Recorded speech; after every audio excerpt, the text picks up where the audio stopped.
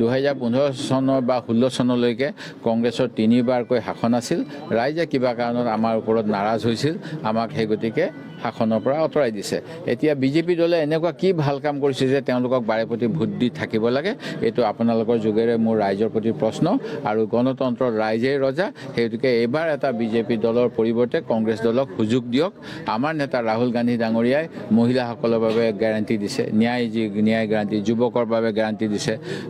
শ্ৰমিকসকলৰ বাবে গ্যাৰান্টি দিছে মুঠ 25টা গ্যাৰান্টি দিয়া হৈছে সেই গ্যাৰান্টিসমূহ আমি পালন কৰিম এয়া কংগ্ৰেছৰ প্ৰতিশ্ৰুতি কাৰণ ইয়াৰ পূৰ্বে দেশত যিমানবিলাক যুগান্তকাৰী আইন হৈছে এই গোটেইবিলাক আইন কিন্তু কংগ্ৰেছ দলে আনিছে খাদ্যৰ অধিকাৰ আইন স্বাস্থ্যৰ অধিকাৰ আইন আপোনাৰ শিক্ষাৰ অধিকাৰ আইনকে কওক তথ্যজোঁটাৰ অধিকাৰকে আইনকে কওক গোটেই ভাল ভাল কামখিনি কিন্তু কংগ্ৰেছৰ হৈছিল কংগ্ৰেছৰ প্ৰচাৰ কম এতিয়া বিজেপি দলে ইমান প্ৰচাৰ কৰে বাতৰি কাকত হওক বা বিভিন্ন বিজ্ঞাপনৰ যোগেদি এই বিজ্ঞাপনসমূহৰ যোগেদি তেখেতসকলে নকৰা কামটোকো কৰা নিচিনা দেখাব বিচাৰে সেই গতিকে ৰাইজে বাস্তৱ অধ্যয়ন কৰক বাস্তৱত কি হৈ আছে চাওক আৰু অকল ৰাস্তা ঘাট পদূলি মানে মুখ্য পথকেইটা উন্নয়ন হ'লে নহয় গাঁৱৰ পথৰ যি দুৰৱস্থা এই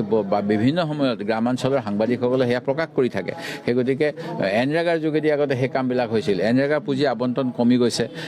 যোৱা বছৰতকৈ এইবাৰ 100 দিন কাম পোৱা মানুহৰ সংখ্যা কমি গৈছে 80 কোটি জনতাক যদি 5 কিলোকৈ চাউল দি খুৱাই থাকিব লগা হয় তেতিয়াহ'লে সেই লোকসকলৰ অৰ্থনৈতিক কিমান উন্নতি হৈছে সেয়া চাবলগীয়া দেশৰ মাত্ৰ খুব সীমিত সংখ্যক পুঁজিপতিৰ হাতত দেশৰ আটাইতকৈ বেছি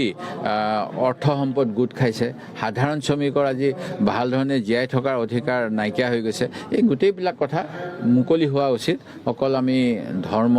জাতিৰ নামত ৰাজনীতি নকৰি উন্নয়নৰ ৰাজনীতিৰ বাবে আমি বিজেপি দলক